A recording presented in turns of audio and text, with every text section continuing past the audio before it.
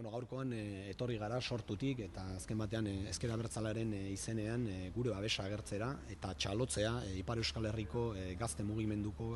kide hauek egiten ari diren ekimena euskal preso politikoen askatasuna eskatzeko. Apirilaren 8 eta gero, etak bere desarmea alde bakarrez burutu eta gero, eta Pariserako, abenduaren 9 iragarrita dagoen mobilizazioaren leloak esaten duen bezala, orain presoak, orain lehentasuna presoen kaleratzea behar du izan, preso politikoek kaleratera behar dute, errefuxiatu eta deportatuek etxean egon behar dute, ez dagoelako normaltasun politikoaz hitz egiterik espetxeetan ehunka preso politiko dagoen artean, deportatu eta errefuxiatuek erbestean jarraitzen duten artean. Horretarako, desarmearen kasuan bezalaxe,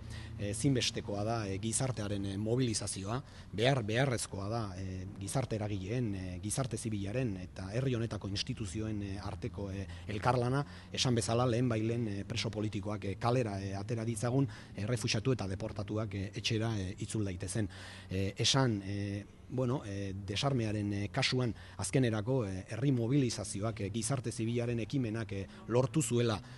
estatu frantsesa mugiaraztea, lortu zuen gobernu frantsesa mugiaraztea eta konbentzituta gaude gizarte ekimenarekin lortu ahal izango dugula ere Frantziare gobernua presoen aferan ere mugiaraztea. Horretarako esan bezala mobilizazioa hilala bizikoa da,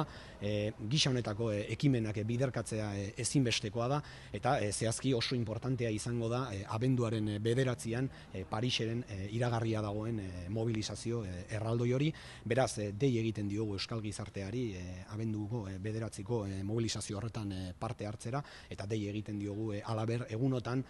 atzo Gernikatik abiatu zen kalera martxa horretan ere parte hartzera. Desarmearen kasuak erakutsi duen bezalaxe, estatuak boteretsuak dira bai, ezagun dugu hori, baina ez dira inondik inora garaitezinak.